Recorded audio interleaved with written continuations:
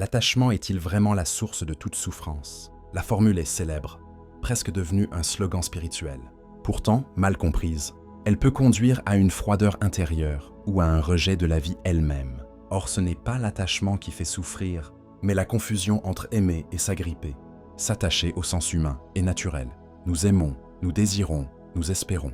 La souffrance naît lorsque nous transformons ce lien vivant en exigence rigide. Cela doit rester, cela ne doit pas changer. Je ne peux pas vivre sans.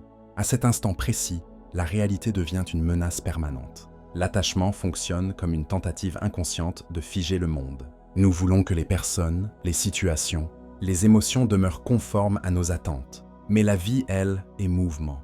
Et plus nous résistons à ce mouvement, plus la tension intérieure augmente. Ce que les sagesses anciennes pointent n'est pas un renoncement à l'amour, mais un changement de posture intérieure, passer de la possession à la présence, aimer sans enfermer, désirer sans exiger, goûter sans retenir. Le paradoxe est simple. Plus nous cherchons à sécuriser ce que nous aimons, plus nous l'abîmons, et plus nous acceptons l'impermanence, plus l'expérience devient profonde, vivante, libre. Le lâcher-prise n'est donc pas une fuite, c'est un courage silencieux, celui de laisser les choses être ce qu'elles sont, y compris nous-mêmes.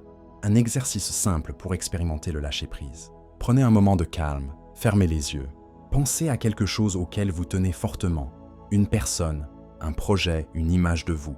Observez ce qui se passe dans votre corps. Où se situe l'attention? Puis formulez intérieurement cette phrase, lentement. Je te laisse être tel que tu es, même si tu changes. Ne cherchez pas à vous convaincre. Observez simplement la réaction. Il est possible qu'une résistance apparaisse. C'est normal. Respirez et répétez doucement. Je n'abandonne pas l'amour. J'abandonne la peur. Le lâcher-prise n'enlève rien à la vie. Il enlève ce qui l'empêche de circuler. Et souvent, c'est là que commence une paix plus profonde que le contrôle.